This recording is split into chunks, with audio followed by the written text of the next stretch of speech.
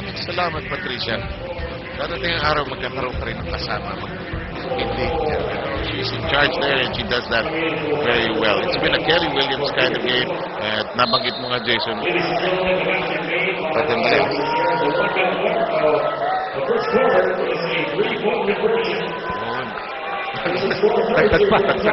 Dagdag pa kalamangan. So, officially, ang score natin 32-19 na dagdagan pa. At lahat na ipasok ni Chotre so far. Mo-connect kay Jason.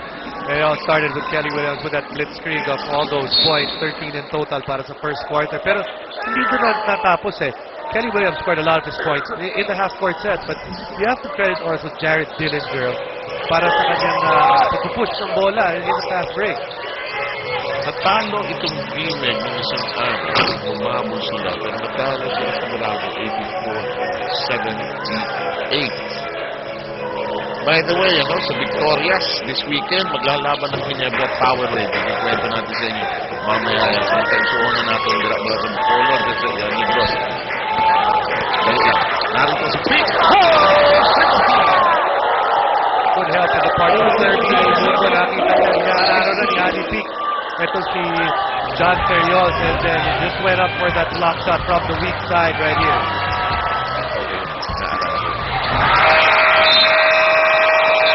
Hindi counted.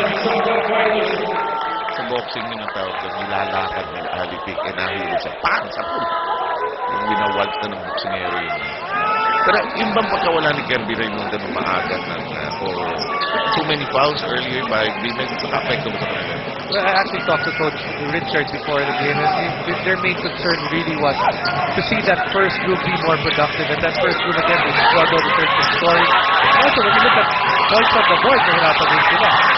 Another four shot there, but then Kirby able to make that shot, but there's a good 5 seconds. Hawak ni Kirby rin yung bola, siya lang yung gumagawa ng paraan para makakuha ng puntos. And very hard to win basketball games sa ganyan na sitwasyon. Can't help but admire the defensive zeros there, but it just so happened Kirby found a way to risk it there. Taken away by James Yap, almost a take-away basket. Ooh. That's really an advantage foul dahil wala nang nasa harap ni James Yap. They call it against Saban, so James Yap will be taking free throws. Clean steal.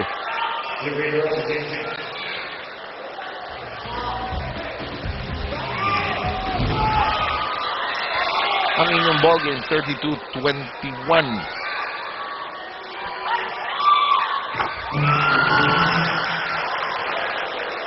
Si James Yap talaga yung kamay niya malaki talaga. Kaya nahahawakan niya sa kamay yung bola. Actually, doon sa Robinson's Galleria yata may isang bola doon na may yung kamay niya. Sukatin mo ang kamay mo sa kamay ni James Yap. Kaya naman pa naglalaro si James Yap. He has a lot of moves sa one-handed. Yung bit-bit, ano? Yung bit-bit niya.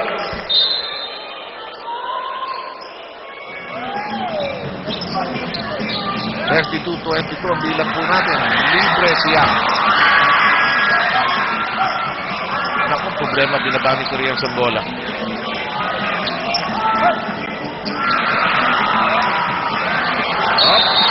Nagkasali sana si Raimundo doon, pero may jump na dineclare. Si Ferriosa nakahilata rin. They continue to have those short passes that's in the paint para dito sa Bimek. A number of times, ang nangyayari, nagiging maskip yung offense nila at naaagawan pa sila ng talk and text. This is almost a completed steal, again, of the same play. Hindi allowed na yan. Hindi siya firmly planted on the court. You can't do that anymore. Referee Mariano making sure that he was on top of that play.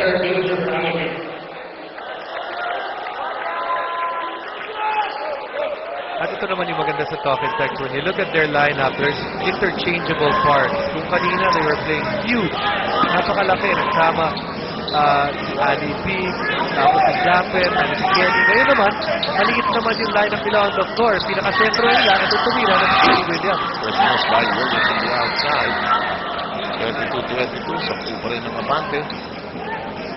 Tumela mo pa rin nag-switch over dito sa akin, eh wala si Jason Castro dahil sa isang ankle injury nakuha niya ng last game. Samantala narito ang Binag tumatakbo ang mga Yamatos. Downstairs kay Gilroy. Gilroy sumigil ko lang pampasahan. Sabi nila, tingnan natin, ayusin natin ang offense nito. Yung pasa, anticipated ni Larry Conacher. Ang lalaki ng Trisha, ang lalaki ng Kaiser. Raimundo really losing it. Raimundo may have trouble there. Yes, he did. Kung pumasok ko, nagwala siguro si Pinto. I actually didn't see them get step with that. By the way, hindi ko pa nababanggit si Mark Baroka na sa game na, no? Raimundo, si Pamboy, guilty of his first foul. Hindi si Kirby, si Pamboy. Yan. Nagtabi pa. yung dalawang Raimundo. Sabi siguro yung direct, Raimundo, kunan mo Raimundo. Nagkahiluhan sandali. The Giants is back to the ball game. Malaking lead na naitayo ng Talking Tex ay 13. Nung i-score natin noon was 31-16.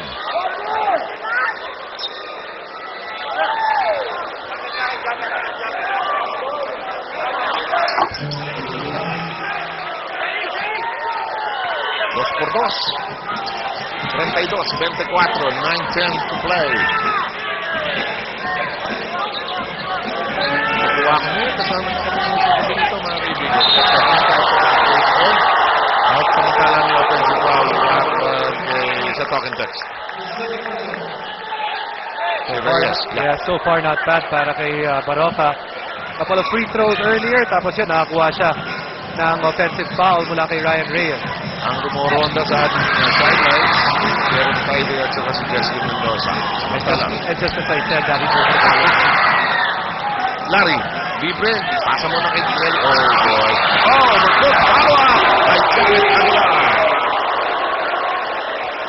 Japet Aguilar comes into the game, and one thing that you have to be careful with Japet, offside, off-ball rebounding from the weak side, because nakakabuelo siya para makatalon eh. That's a good point. Ang mistake na gagawin mo sa boxing at you think you won't get to it. Want to share some hard work back in 3 pounds. Aguilar that is on miss. Not dribbling along the sideline. That pass of Ryan Reyes a bit too early. You don't want to give that ball that early kay Japet. 24, 24. 8:17 time left. I think this is a missed call. They're going to talk about it because parang nakadribble pa ng isa si Roger, but then they consulted and sabi na hindi talaga nahawakan daw ni Roger.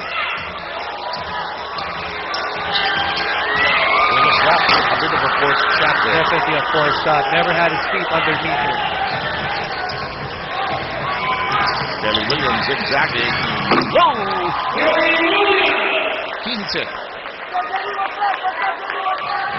15 puntos. Mainit na simula yun.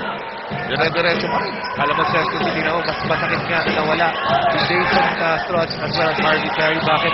Because they've been in shape. They've been here for quite a while. Itong bumalik nga si Jimmy at si Kelly, ang problema dun sa dalawa, they have not been able to really practice with the team. But what they've shown today, especially for Kelly, no problem. Ang tingin ko, ako dito yun ang game. Sa naman yung excitement. Hindi pa playing. Japet Aguilar, samantala, tinawagan ng kanyang third foul. Talking Tex, tatlo na ang team foul. Ang Binag, malinis pa rin. 36-24. Golden Stondo. Talking Tex forcing Binag out of their comfort zone, out of their shot clock rhythm. Evans got it back on the Stondo and company recycle. Isip ko, naglululundag. Merong hindi ginagawa tamang kanyang player. That shot won't fight. Follow up. Masagit. Wala kang labas. For BMEG, they're not making a good percentage of their shots. Kailangan nila gawin yun. Really crash the offensive boards. And yun, 3 chances and they finally get 2 points. 10 ang lamang. Magbabalik po ang PBA dito sa akin. Okay, I think Jessica Mendoza, meron kang espesyal na kausap dyan. Tama yan, Kev. Alam niyo ba kung sa TV5, meron silang Miss Nora Honor dito sa Active. Meron din tayong sarili nating ate, guys. Ito si Miss Nora Peñaflor na 1988 palang fan na ng BMEG. Bakit po sa BMEG kayo kumakampi, ate Nora? Nung una ko palang nakita si Alvin Patrimonio, nung unang taong palang niya sa PBA, nagustuhan ko na siya. Tapos every game nanonood na, walang palya up to now. Nung nagretero siya, napunta naman ako kay James Yap. Siya naman ngayon ang sinusuportahan ko. O kung may sabi kay James Yap, ano po yun? Salamat sa kabutihan mo kasi kahit na ganito lang yung ako, hindi ka nagpapabaya. At salamat sa lahat ng support sa sumakaporta pa rin kayo. Hanggang ngayon, hanggang wala ka sa PBA, andito pa rin yun. Thank you very much, ate guys. Sep? Maraming salamat, Jessica Mendoza. Napakaganda ng interview. This shot was not like, boy, BMEG is nothing in terms of putting up good shots in this game. Well, it has continued to be a struggle for them. Dito, in terms of offense, no? Dahil nabanit natin, in terms of output, they are second to the last so far. So, kailangan bumuhay sa kanila dito, depensa, and hopefully, get easy baskets. When you look at this BMEG squad, they only score 4 fast break points a game. Which is so low considering what they have. Oh, and you need to get cheap points, layups. Kung gusto mo tumaas yung output mo, there's a big difference. You have Talking Tex, of course, in double digits in fast break. BMEG, 4 lang. Doon pa lang, ang laking kagad kalaman. Balikan ko lang sandali yung kausap ni Jessica kanina. No? Alam mo, mga fans ni Alvin Patrimonio, din there. Yun nga, since 88, nung nag-umpisa ng laro, itong si Alvin Patrimonio, loyal market followers of the BMEG of Pier 15. On the finding a way to score. And had opportunities to actually be around the fans of Alvin. And one time that I actually saw them again in full force was the opening natin. Oo nga pala. Kung saan na-induct si Alvin into the Hall of Fame. His fans very happy to see him there. A guy that's honestly well-deserved na mapunta dyan sa Hall of Fame. Pero naman, second foul. 38-20. Mukhang nagiging familiar refrain ito. Kapogi ni Kapitan na nakakurbata eh. Oo, mukhang sakitin. By the way, huwag natin kalimutan ha, mga fans ng PBA dyan sa Victoria. Bukas yan, Ginebra versus Powerade. Dito ka mo sa Victoria. Wow! Yan. Ay, ko na siya. Mahibol sa rebound, ha? Nakatakbo na sila. Wow! A good set para kay Aaron Aban. Bakit? On the defensive end, he was able to stay alive defending Mark Fingers at the post. BMEG did not go to Mark Fingers. Pagkatapos doon, alam niya si Fingers na rebound. Nag-leak siya kagad. Nakakuha siya ng layup sa kabilang side. Inside. Na-anticipate ang Talking Tex. Dillinger behind the back dribble. Dillinger, his pass. Tacked away. Labas si Larry Ponachel. He's done his part. Si Ponachel ay nakagawa ng 5 points. Nasalita ka pala. May ginagawa niya. I take your pick on who's the better player so far para sa first half dito. Talking Tex. Jared Dillinger, 15 points. Kelly Williams, 15 points as well. Fingers. Raimundo. Readjust.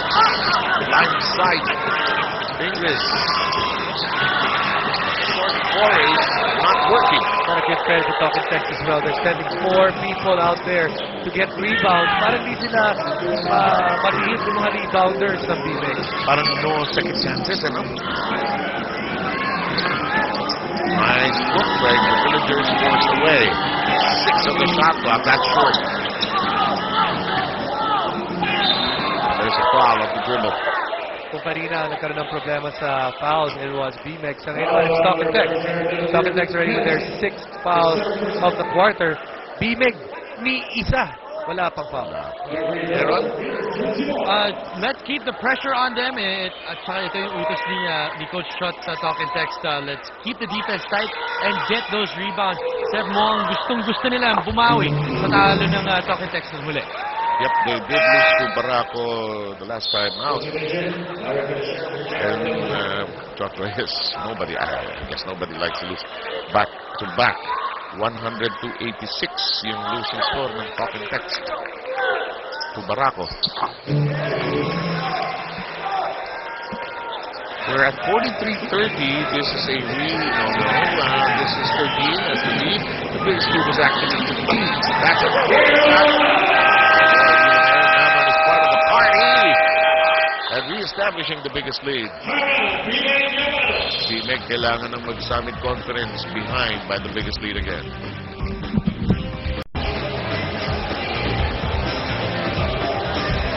Balik ko tayo sa bahay ng PBA dito sa Pasay City ba? Alam niyo ba, ang D-League yun nag-umpisa na. Ito yung mapapanood niyo every Saturday, 10 a.m., Tuesdays and Thursdays, every 5 p.m. So Saturdays, 10 a.m. Ayan po. Malinaw na graphics. So, hindi nyo na mo makakalimutan. Some exciting games yesterday, actually, right? And some new college players stepping in for the first time into the D-League. D1 stepping stone na masasabi natin na pinag-play para sa PBA. Paul Lee is actually a D-League product. Graduate of the D-League. In the meantime, it is still an agonizing first half as Jody Vance got the second set. And I like that because that's Aaron Aban is trying to play that 3 spot, and BMEG should be able to make use of that position na doon sila makakuha ng puntos. Oo, capitalize sila doon. 4 points na si Vance. Turn around. Ayaw. Rebound. No problem para sa BMEG. 45-32, 3 minutes to go. Outside step, Simon. 8 points by PJ.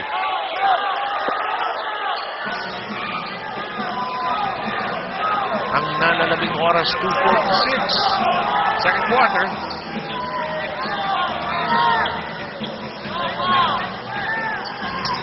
Si Williams, nagsimula nitong party na to, pero medyo is this last break. So this one, double violation. What did I do? Sabi ni Josh.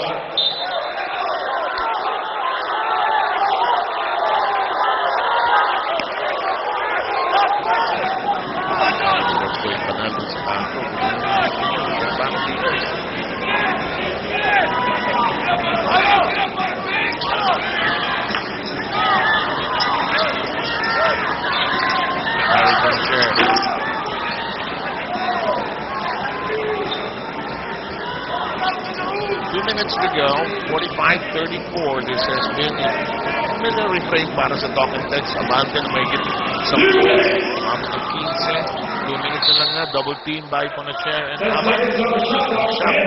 Talking exist.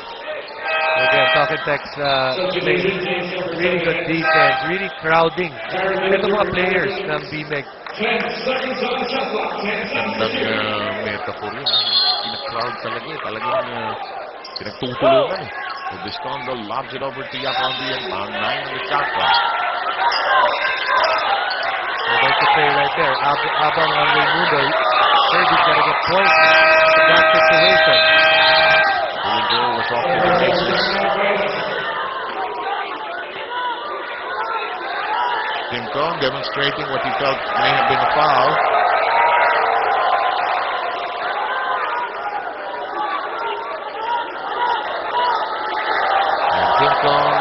Graphic demonstration continues. 1 minute and 40. Here's Harvey. Looks it over. Harvey Peak. Good contest. Good contest with our Kirby Raimundo.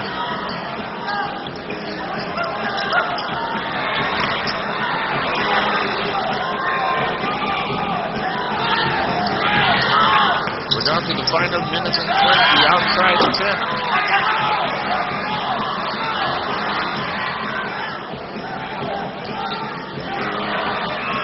Here's Simon, short pass.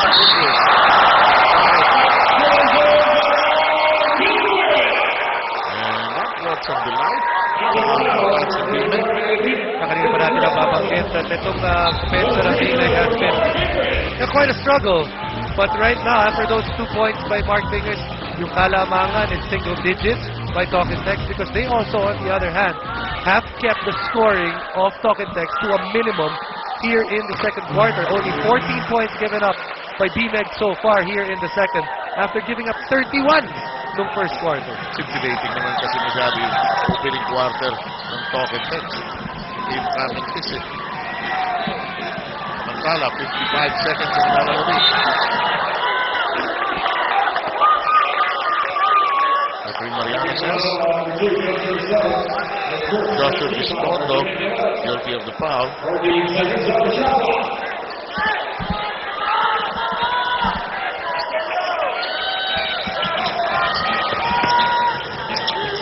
10 seconds on the shot clock.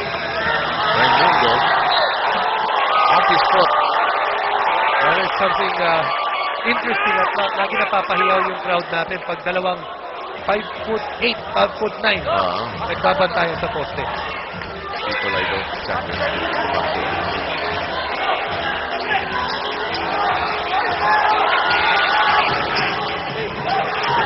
There's really a congested area caused by Talk 'n Text defense. 4 seconds in the shot clock. Robustondo throws up a prayer. No answer.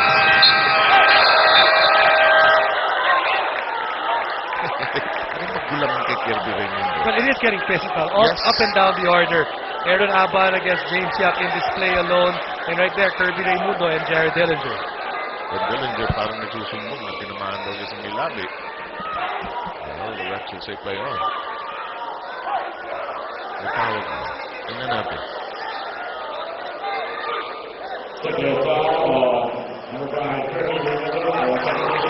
Oh, second motion.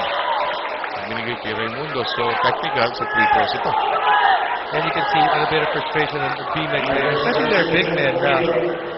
Kanina nga sabi ni Coach Quinton, he felt that his players were being muscled out of the post. Taking care of the free throw. Let's see. Under the basket, this is what happened.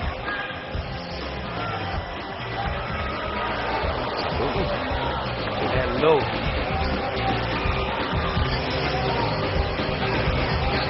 Referee very quick. Nakita niya, Zico tumama sa mukha.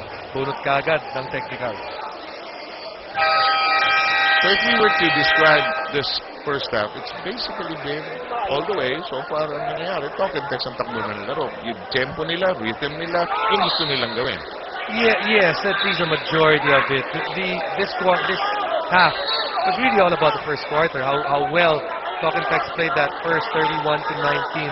12 points lang yung lamang nila dun eh.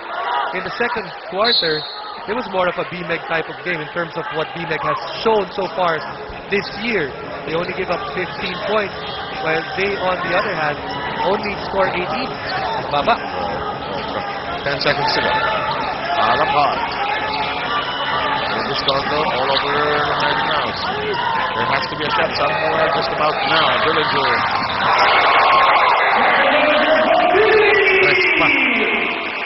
That's a tough final possession para sa BMEG. They had fouls to give, but they didn't have the personnel to foul. Kirby Raimundo could not afford to foul. James Yap could not afford to foul. Jimmy Alapag finds a teammate. Lumobo ulit yung kalamangan sa double digits. 49-37 nang matapos po itong first half of play. Talk 'n Text, sabi nga ni Jason, yun ang nagsimulan ng usap. Sa ilang saglit mga kaibigan, kakausapin natin si Kelly Williams at tanungin mo na kung anong ginawa. Nagbuhat ba ng tangke o nag-practice ng pang-asinta? Mukhang tingnan natin kung ready na. Sige, Jason. Hey Kelly, how are you? Hanging in there. Okay, Kelly, we talked earlier and I was asking you if you had some basketball games in or at least some practice. And you said none. So what is it with you training in that military camp that makes you go 6 out of 6 in the first quarter? No, it's just the energy the guys are bringing. You know, I'm happy to be back with these guys, and we got a few guys out, so I know I got to put in some extra energy because they put in energy for me while me and Jimmy were out. So I know I got to put in double time, and I did get a practice in yesterday. So joints are a little oiled. Were you naturally excited to be back in the PBA, Kelly? Oh, definitely. You know, I miss my boys. You know, I've gone even longer with Gila, so be back with these guys. You know, like I said, the energy and just being away from the court too long. You know, you get a little antsy and anxious. So I'm happy to be back. Okay, we'll see you more of you in the second half. In the meantime, we're turning it over to Patricia over there in the active center. Thank you very much, Kelly. Thanks.